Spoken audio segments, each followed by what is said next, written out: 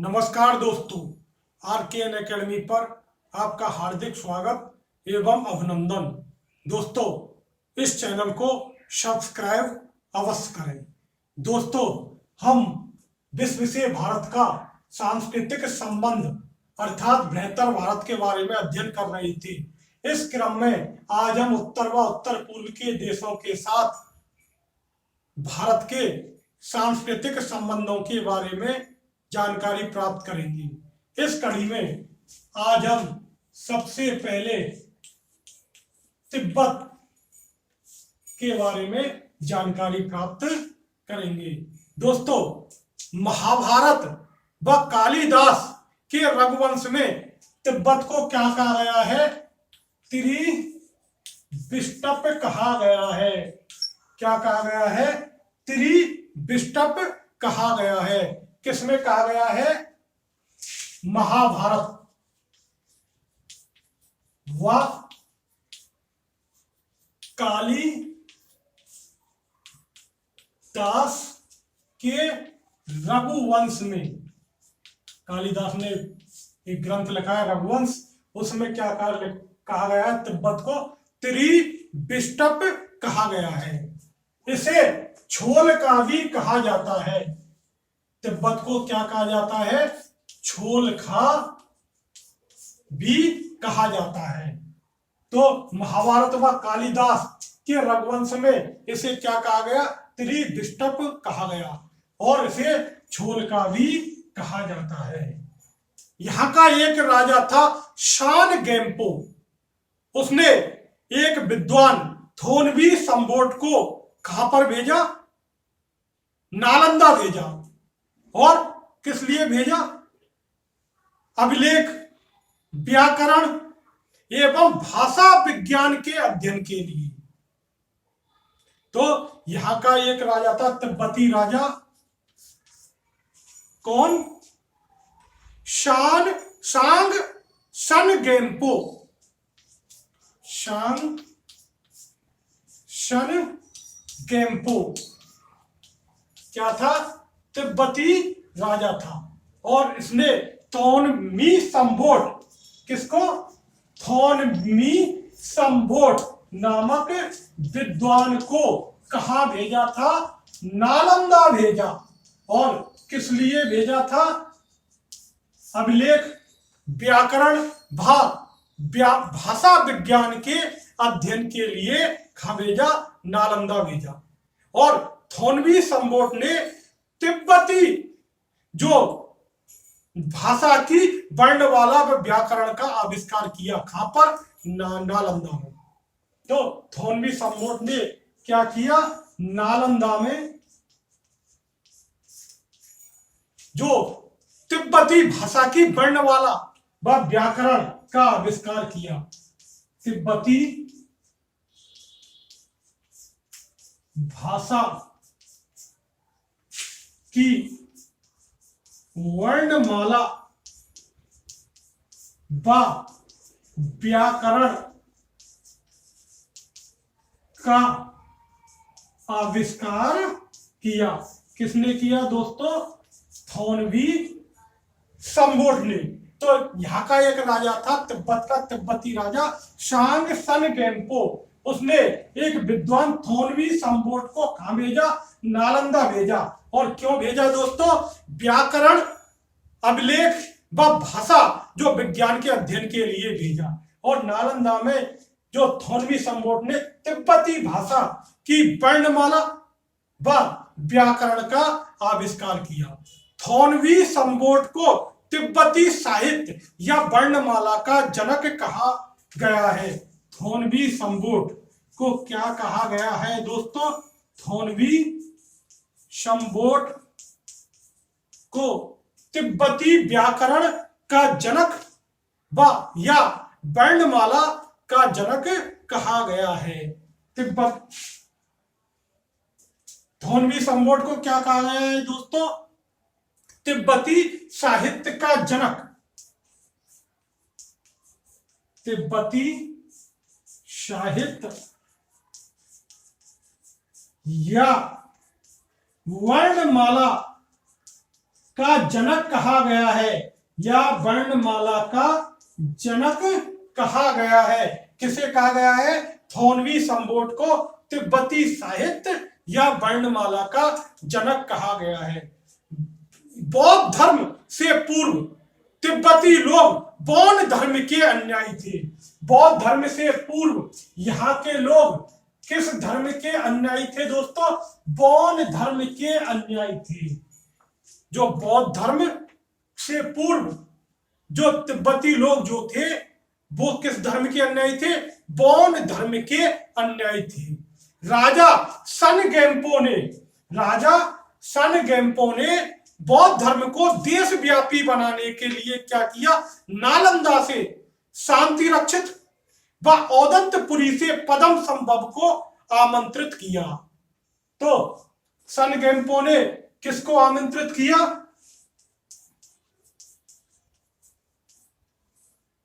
नालंदा से शांति रक्षित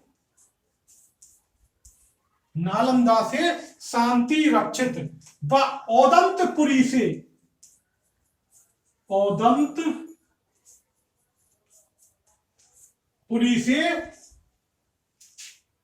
किसे आमंत्रित किया दोस्तों? पद्म संभव को, शांति रक्षित को व औदंतपुरी से पद्म संभव को आमंत्रित किया।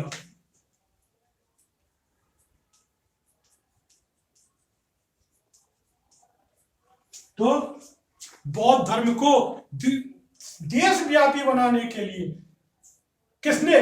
सन गेम्पो ने नालंदा से किसे आमंत्रित किया? शांति रक्षित को, और औदंतपुरी से पद्म संभव को आमंत्रित किया, जिनके निर्देशन में क्या हुआ? यहां शमयस विहार की स्थापना हुई। किसके निर्देशन में? शांति रक्षित और पद्म संभव के निर्देशन में क्या हुआ? शमयस विहार की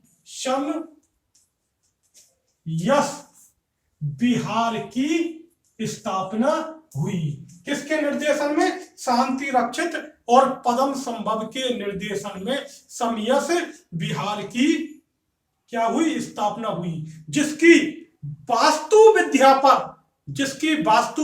पर किसकी छाप है? नालंदा व औदंतपुरी की छाप है। किसकी वास्तुविद्या पर? शमयस विहार की जो वास्तुविद्या है उस पर किसकी छाप है? नालंदा व औदंतपुरी की छाप है।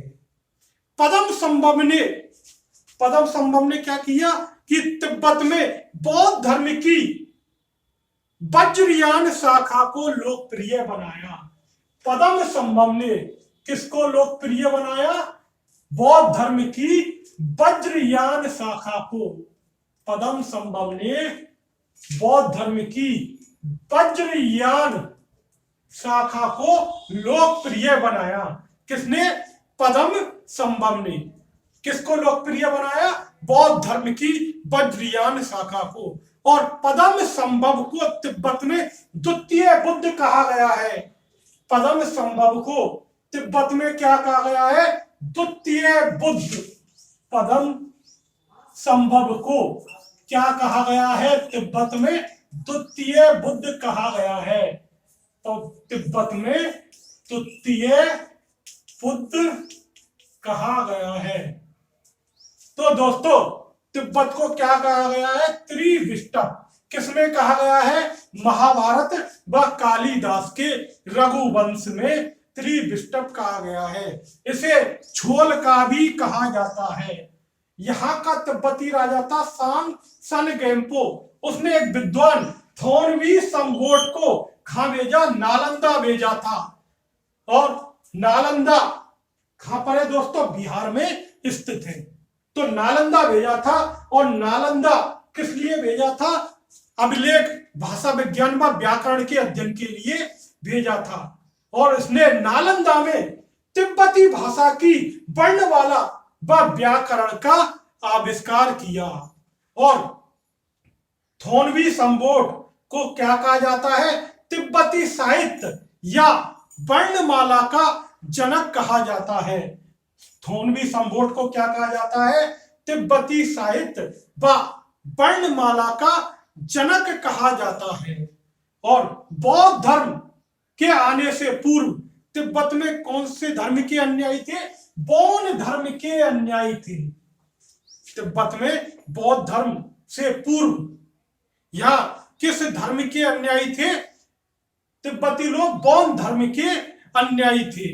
राजा सन गेम्पो ने बौद्ध धर्म को देशव्यापी बनाने के लिए नालंदा से शांति रक्षित व औदंतपुरी से पद्म संभव को क्या किया? आमंत्रित किया।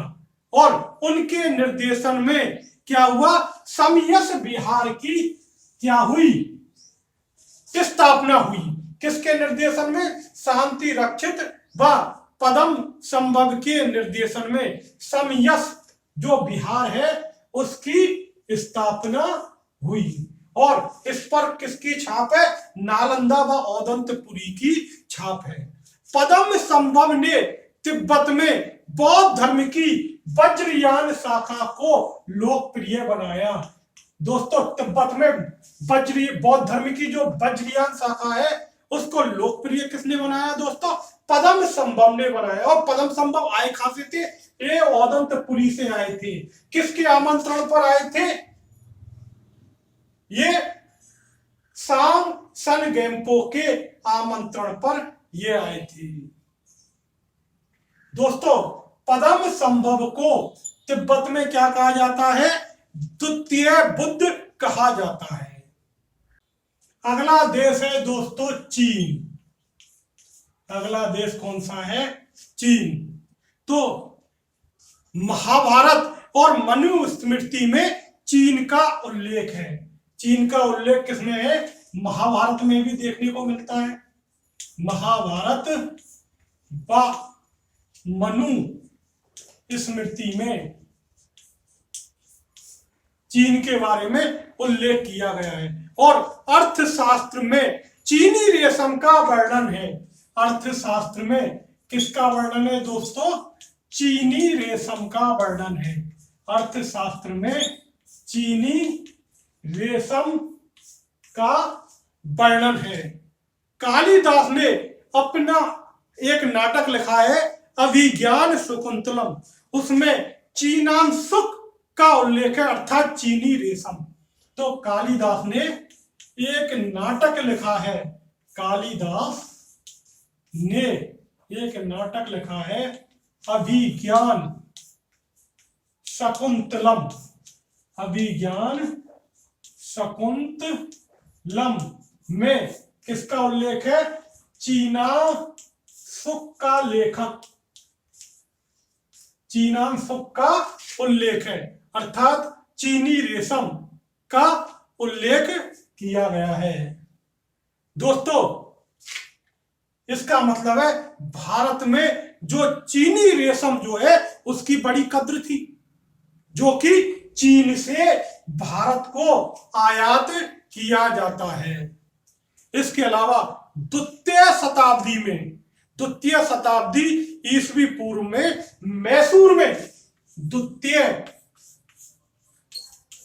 शती या शताब्दी ईसा पूर्व, द्वितीय शताब्दी ईसा पूर्व में मैसूर में क्या मिला है? एक चीनी सिक्का मिला है। यहां से हमें चीनी सिक्का मिला है। कब का? द्वितीय शताब्दी ईसा पूर्व का मैसूर में क्या मिला है? एक चीनी सिक्का मिला है। इसके अलावा प्रथम शताब्दी के चीनी ग्रंथ से ज्ञात होता है। प्रथम शताब्दी के चीनी ग्रंथ से क्या ज्ञात होता है? चीनी सम्राट ने चीनी सम्राट ने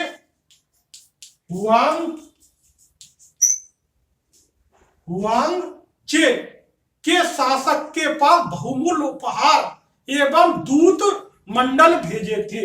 हुआंगचे के पास क्या भेजे थे? कि चीनी सम्राट ने हुआंगचे के पास क्या भेजे थे? बहुत सारे उपहार भेजे थे। इसके अलावा दूत मंडल भेजे थे, बहुमूल्य उपहार भेजे थे एवं दूत मंडल भेजे थे। और वांगचे का मतलब क्या है? कांची। और कांची कहां पर है दोस्तों? तमिलनाडु में। तो चीनी सम्राट ने वांगचे के शासक के पास क्या भेजे? बहुमूल्य उपहार भेजे एवं दूत मंडल भेजे थे। इसका मतलब है कि हमारे चीन के साथ बहुत प्राचीन समय से ही व्यापारिक संबंध थे। इससे क्या सिद्ध होता है? हमारे चीन के साथ प्राचीन समय से ही व्यापारिक संबंध थे, क्योंकि अर्थशास्त्र में चीनी रेशम का उल्लेख हुआ है। कालिदास ने चीनांशुक का उल्लेख किया है, यानी चीनी रेशम। इसका मतलब है चीनी रेशम की भारत में बहुत बड़ी कद्र थी। और यह कहां से आयात किया जाता था? यह चीन से आयात किया जाता था। और द्वितीय शताब्दी ईसा पूर्व में मैसूर से एक चीनी सिक्का मिला है। इसके अलावा चीनी सम्राट ने वांगचे अर्थात कांची, जो वांगचे जो शब्द आया वह कांची के लिए आया है, तो कांची के राजा के पास बहुमूल्य उपहार भेजे एवं दूत मंडल भेजे। चीन में बौद्ध धर्म की कहानी बड़ी ही रुचिकर है। चीन में बौद्ध धर्म के प्रवेश की कहानी बड़ी ही रुचिकर है। चीनी वृत्तांतों के अनुसार यहाँ का एक राजा था, कौन सा था? मिंगती। यहाँ का एक राजा था, कौन सा था दोस्तों? मिंगती। उसे स्वप्न में एक स्वर्ण विशालकाय स्वर्ण पुरुष दिखाई दिया। और कैसे दिखाई दिया? महल में प्रवेश करते हुए वह दिखाई दिया। तो उसने लोगों को बताया, तो लोगों ने बताया वो वह कौन थे? बुद्ध थे।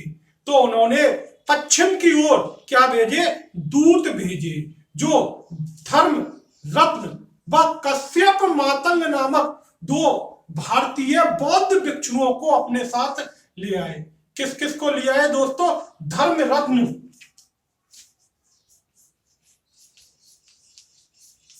व कश्यप मातंग नामक दो बौद्ध भिक्षुओं को साथ में ले आए। और मातंग के प्रभाव से, यानी कि कश्यप मातंग के प्रभाव से चीनी सम्राट ने बौद्ध धर्म की दीक्षा ले ली। किसने? मिंगती ने।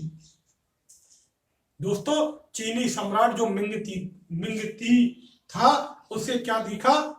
स्वप्न में एक विशालकाय स्वर्ण पुरुष दिखा और उसने लोगों को बताया। जब लोगों को बताया तो उन्होंने कहा ये बुद्ध थे। तो उन्होंने पश्चिम में अपने दूत भेजे। वो किसको लिया है? धर्म रत्न और कश्यप मातंग नामक दो बौद्ध भिक्षुओं को लेकर वापस लौटे। और कश्यप मातंग के प्रभाव से यहाँ के जो सम्राट थे वो क्या हो गए? बौद्ध हो गए, यानी कि बौद्ध धर्म की दीक्षा ग्रहण कर ली। चीनी सम्राट ने उनके रहने के लिए, किसके रहने के लिए? धर्म रत्न और कश्यप मातंग को रहने के लिए क्या करवाया? लोयांग में श्वेता सब विहार का निर्माण करवाया। कहां करवाया? लोयांग में श्वेता सब विहार का निर्माण करवाया। कहां करवाया? लोयांग में। और किसके लिए? धर्म रत्न व कश्यप मातंग के लिए श्वेता सब जो विहार है उसका निर्माण करवाया। दोस्तों इस समय तक यहां पर क्या था? कन्फ्यूशियस जो धर्म था वह बड़ा प्रभावी था।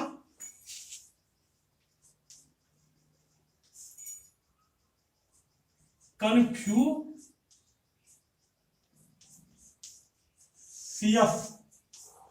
इस समय तक चीन में कौन सा धर्म प्रभावी था? कन्फ्यूशियस धर्म प्रभावी था, लेकिन मोत्सू ने, और मोत्सू कौन था? एक चीनी दार्शनिक था। मोत्सू कौन था दोस्तों? एक चीनी दार्शनिक था, और उसने क्या किया कि बौद्ध धर्म को कन्फ्यूशियस जो धर्म था उससे श्रेष्ठतर घोषित कर दिया। जो चीनी दार्शनिक मोत्सू ने, चीनी दार्शनिक मोत्सू ने क्या कर दिया? जो चीन में कन्फ्यूशियस धर्म था उससे श्रेष्ठ किसको घोषित कर दिया? बौद्ध धर्म को घोषित कर दिया। किससे? कन्फ्यूशियस धर्म से श्रेष्ठ किसको घोषित कर दिया? बौद्ध धर्म को घोषित कर दिया। इसके अलावा सम्राट बू बा मिन ने अनेक विहारों व मठों का निर्माण करवाया। किसने दोस्तों? सम्राट बू बा मिन ने क्या किया? अनेक विहारों का निर्माण करवाया एवं मठों का निर्माण किया। सबसे पहले जो बौद्ध धर्म का प्रवेश हुआ वह मिंग तीर्थी के समय हुआ। उसके बाद सम्राट बू बा मिन के समय अनेक बौद्ध विहारों व मठों का निर्माण हुआ। नानकिंग व छागान बौद्ध धर्म के केंद्र थे। नानकिंग, चीन में नानकिंग व छागान क्या थे? बौद्ध धर्म के केंद्र थे। कौन कौन से दोस्तों? नानकिंग व छागान। और लियांग बूती ने बौद्ध धर्म को राजधर्म घोषित किया चीन में। लियांग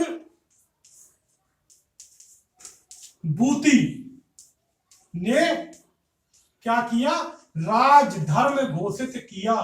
किसे? बौद्ध धर्म को चीन में। किसने किया था? लियांग बूती ने। तो दोस्तों महाभारत व मनुस्मृति में चीन का उल्लेख है। अर्थशास्त्र में चीनी रेशम का वर्णन किया गया है। कालिदास ने अपने नाटक अभिज्ञान शकुंतलम में चीनांशुक का क्या हुआ? उल्लेख किया है, अर्थात चीनी रेशम का उल्लेख किया है। और द्वितीय शताब्दी में मैसूर में एक चीनी सिक्का हमें प्राप्त हुआ है। प्रथम शताब्दी के चीनी जो ग्रंथ है उसके अनुसार चीनी सम्राट ने वांगचे अर्थात कांची में अनेक कांची के जो शासक था उसके पास बहुमूल्य उपहार भेजे एवं दूत मंडल भेजे। चीन में बौद्ध धर्म की जो कहानी है बड़ी रुचिकर है। मिंग ती को स्वप्न में एक विशालकाय स्वर्ण पुरुष दिखाई दिए। उन्होंने लोगों को बताया। लोगों ने क्या कहा? वह बुद्ध थे। मिंग ती ने पश्चिम में अपने दूत भेजे और वो किसको लेकर आए? धर्मरत्न व कश्यप मातंग नामक जो भिक्षु जो थे उनको ले आए।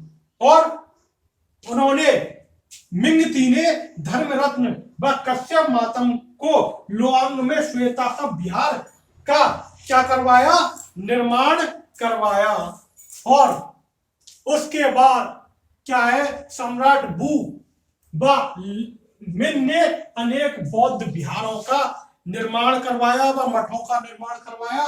लियांग बूती ने बौद्ध धर्म को चीन में राजधर्म घोषित किया। और जब बौद्ध धर्म जो था आया था उस समय, बौद्ध धर्म जब चीन में आया था उस समय चीन में कन्फ्यूशियस जो धर्म था चीन में प्रभावी था। मोत्सू नामक चीनी दार्शनिक ने क्या किया कि जो कन्फ्यूशियस धर्म से बौद्ध धर्म को श्रेष्ठतर घोषित किया।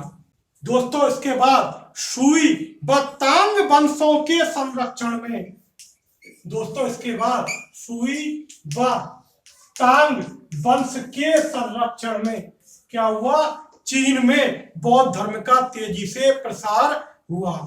और तांग काल को चीन का बौद्ध काल कहा जाता है। तांग काल को क्या कहा जाता है? चीन का बौद्ध काल कहा जाता है।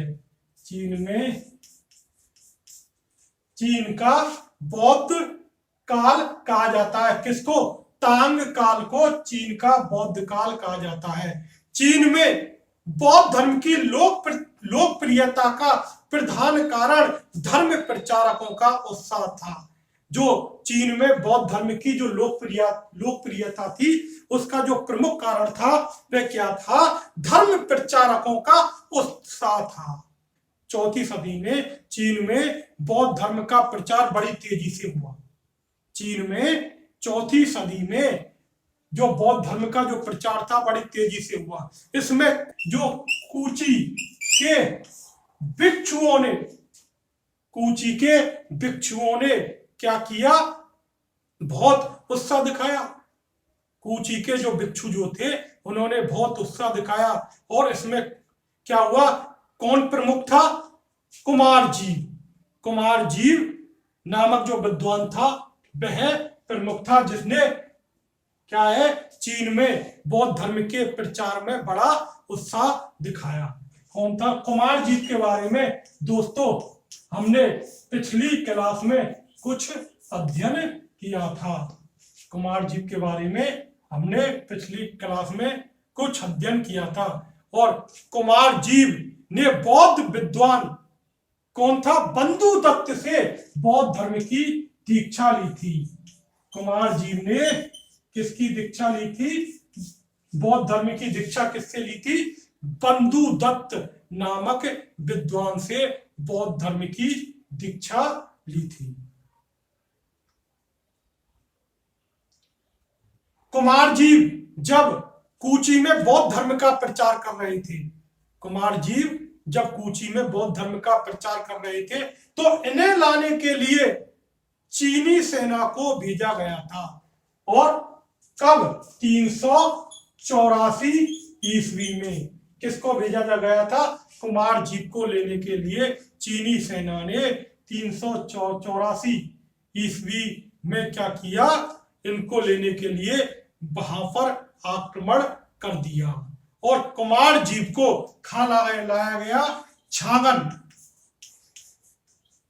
कुमार जीव को छागन लाया गया, जो कि राजधानी थी चीन की।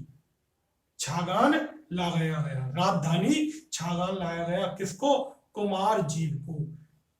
और तब उनकी आगमनी करने के लिए खुद सम्राट स्वयं वहां पहुंचा था। जो कुमार जीव की आगमनी करने के लिए कौन आया था?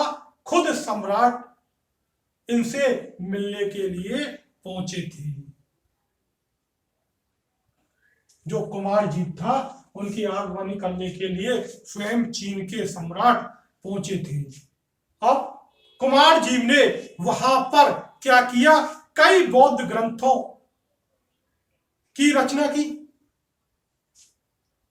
और वहां उन्होंने कई बौद्ध ग्रंथों का अनुवाद भी किया। उनमें प्रमुख है प्रज्ञापारमिता सूत्र। प्रज्ञापारमिता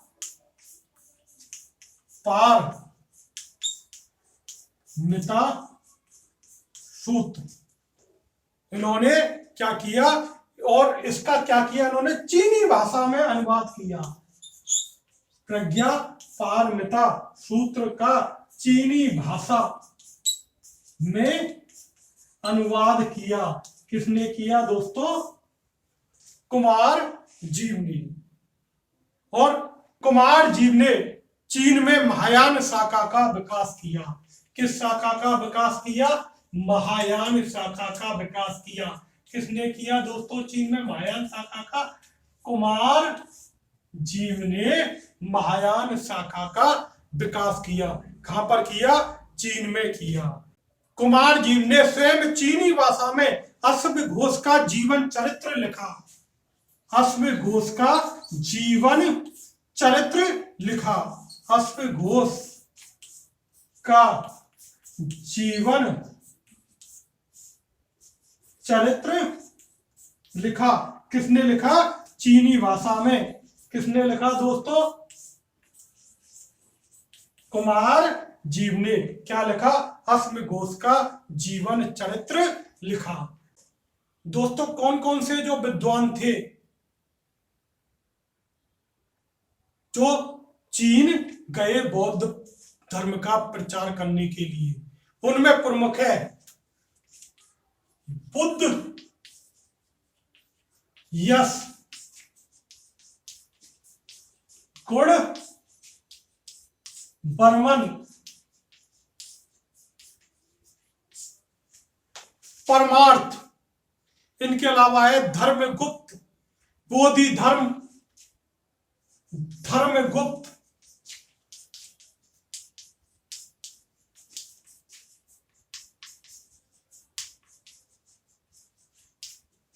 धर्मगुप्त, बोधि धर्म। इसके अलावा बुद्ध भद्र,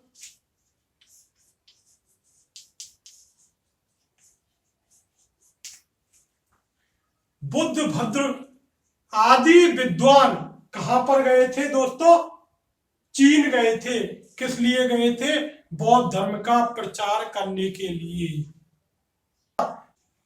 अगला है दोस्तों कोरिया।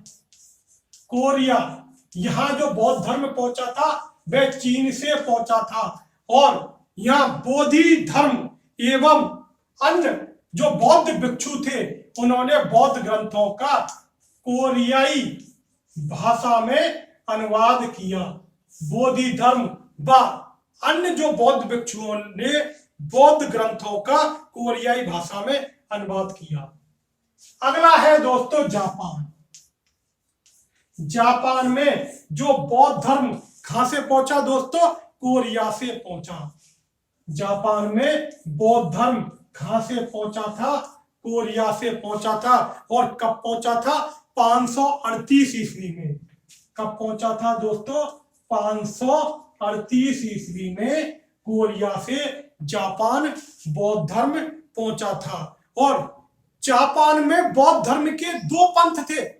जापान में बौद्ध धर्म के दो पंथ थे, एक जैन और एक निसरण। एक तो जैन और दूसरे थे निसरण। क्या थे? बौद्ध धर्म के दो पंथ थे। कहां पर? जापान में। कौन कौन से थे दोस्तों? बौद्ध धर्म के दो पंथ थे, एक तो जैन और एक निसरण।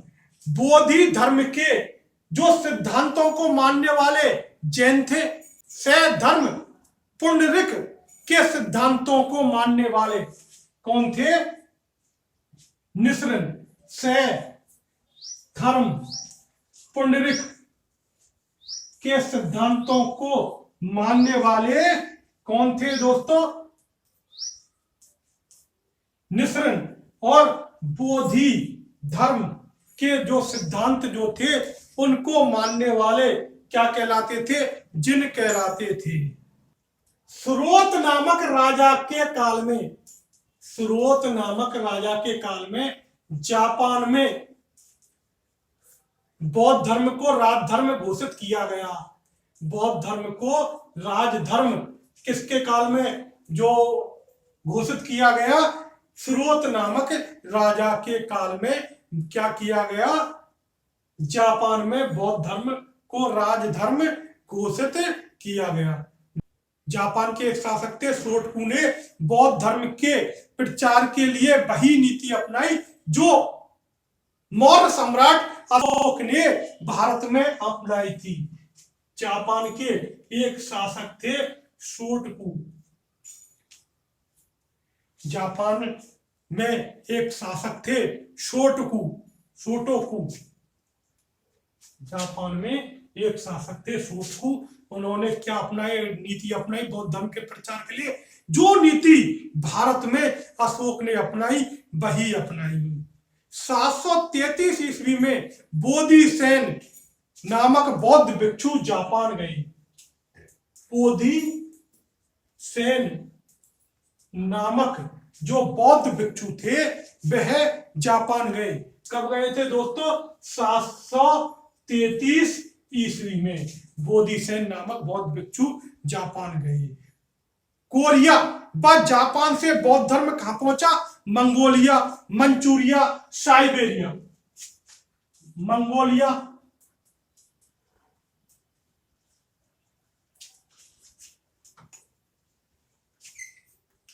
Manchuria, Siberia. तो दोस्तों कोरिया में बौद्ध धर्म कहां से पहुंचा था? चीन से। और कोरिया से बौद्ध धर्म कहां पहुंचा दोस्तों? जापान पहुंचा था। कब? 538 ईस्वी में। और यहां पर बौद्ध धर्म के दो प्रमुख पंथ थे, जैन और निसरण। बोधि धर्म के सिद्धांतों को मानने वाले जैन और सधर्म पुंडरीक के सिद्धांतों को मानने वाले निसरण थे। स्रोत नामक जो शासक था उसने क्या किया कि जापान में राज धर्म घोषित कर दिया। किसको? बौद्ध धर्म को।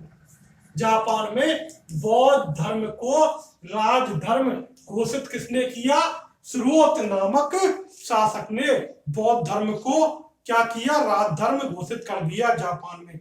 जापान का एक शासक था सोटकू, उसने जापान में वही नीति बौद्ध धर्म के प्रचार के लिए अपनाई जो मौर्य सम्राट अशोक ने भारत में अपनाई थी।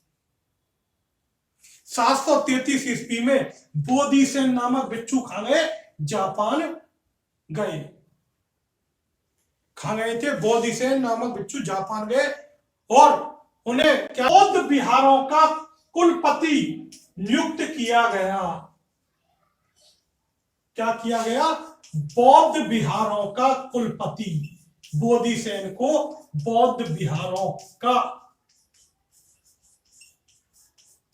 कुलपति क्या किया? नियुक्त किया। और चीन और जापान से दोस्तों बौद्ध धर्म कहां गया? मंगोलिया गया, मंचूरिया गया, साइबेरिया गया। तो दोस्तों आज हमने क्या किया? विश्व भारत का सांस्कृतिक संबंधों के बारे में जानकारी की। उसमें हमने उत्तर व उत्तर पूर्व के देशों के साथ जो भारत के सांस्कृतिक संबंध थे उनके बारे में जानकारी प्राप्त की। नमस्कार दोस्तों।